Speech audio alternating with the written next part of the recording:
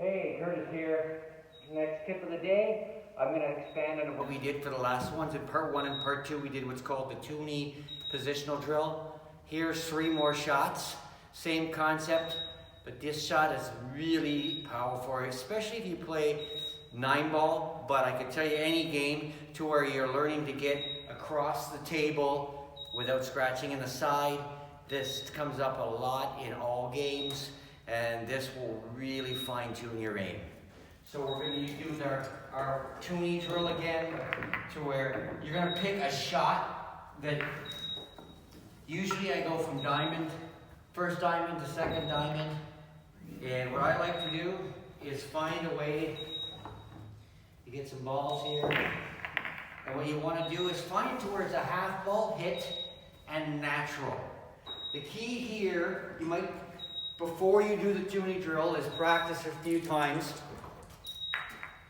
And what you want to do is set it up so that you find the exact spot to where it's natural, like right around here.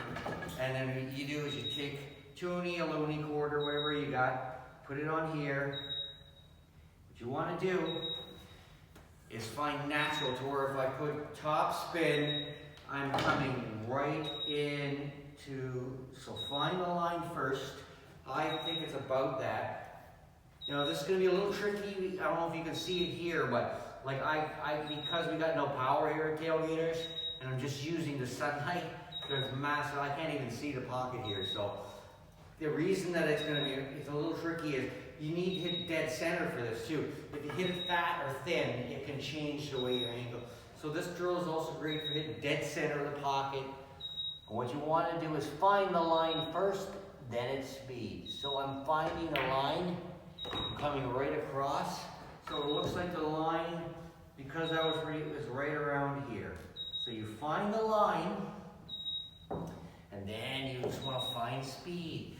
And the goal is to hit this without knocking it off. I'm maybe not do it for the video. I'm going to really bear down, visualize it. This is the fun game, is you don't move on to the next shot until you do one perfect. There's a real sense of accomplishment when you hit this perfect. So you just visualize it.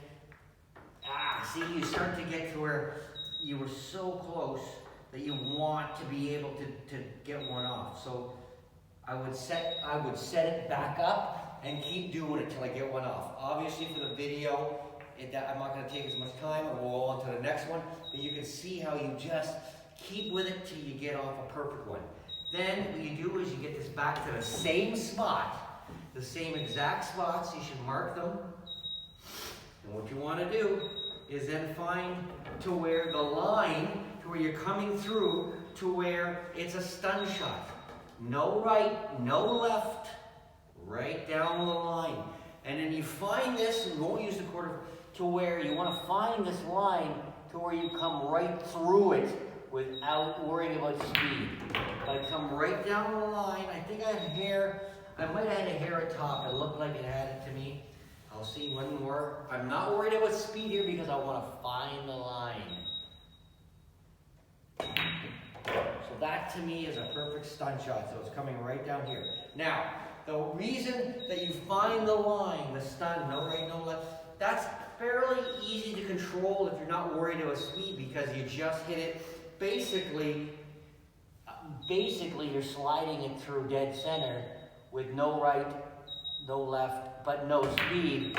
And you see there I released it a bit. So you really want to find this line without speed, and if I can hit this ball, you see how if there's no speed, I can really find that line. Now, the fun part, or the difficult part, the powerful part, is when we can start to get down that line with control. And the way you do that, see now, I might have to put a hair low on this to not hit it as hard and still get down that line. Now it's called control stun. This is where, see, a little hard, just a little hard, and I still think I had a little draw on that because I hit a little too hard. So because I'm putting a tip of low on this, but I want it to be sliding when it gets there. That's something that only you can practice. And a drill like this will do that for you. So what you want to do is find dead center, and now I'm going right towards it. Just keep doing it till you do it. Once you get one of those off, we go on to number 3. I wish I could make the videos longer and show you how it feels and looks when I actually get one off, because it feels great. That's honestly, and the neat thing about this drill, and the reason I recommend the tuning drill, is because it's, for some reason, at least with me, you check it out for yourself, is when I am in games and these type of shots, I'm able to pull it out. I just feel more comfy. I feel like my body understands the shot. So when this type of shot comes up and I need to hit here and get down for shape, if I've done this, I just execute it better. If I need to make a ball, if my 8 ball's here and I need to roll it across into here, if I've done this, I can roll it into these zones with a lot of confidence, because I'm rolling it in with the perfect speed. The tuning drill is great for this. So the last one is we came in through here. Well, now we want to come in through here. The last one, which means we need some draw on it, right? But we want to do it with perfect speed. So you can do this, same idea. It's not only need draw, but we need to draw to hit, but we need it to have draw. So it's not just coming like this, it's coming like this. So no right and left is allowed. So what we really need to get is actually pretty low, but not as hard. If we just had draw and slammed it, we could come flying through here, and that would be easier in theory. Right now we need draw with control. So I'm going to really bear down, see if I can get one off. Find dead center. So you see how I opened it up a bit. I needed a little more draw. It's hard to get the draw that you want if you're not hitting it hard. So you really might, on a shot like this, you have to get real low or a nice follow through, but not hard. You'll know it the second you hit it. See there, I was too thick, so it doesn't count. So we're gonna get right back in. The second I hit one off, I know I'm gonna be close. And that's the power of this drill. I can really fine-tune my position. So I know that's going to be very close. As soon as I hit it, I knew it was going to be very close. So that would be the same exact shot, just a hair harder, okay?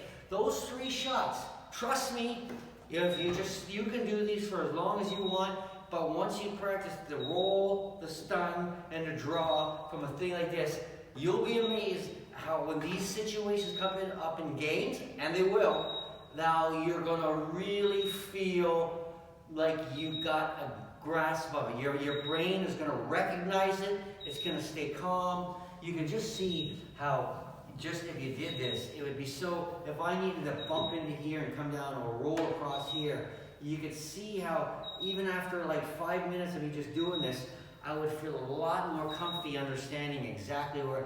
And then the bonus is, no right, no left, is if I ever did need to put a tip of left, the tip of left, and we'll do a video on this, is usually about a diamond extra. So 1 tip equals 1 diamond. That's what I found. So let's say I wanted to come into here. Well, if I was coming down this line, if I put a tip of English of left, it will probably get me all I need to not scratch in that corner. Right? So the tip of, if you draw in, now there is a hidden problem with this, and that is, if you put the left on, you gotta make sure you still stroke through.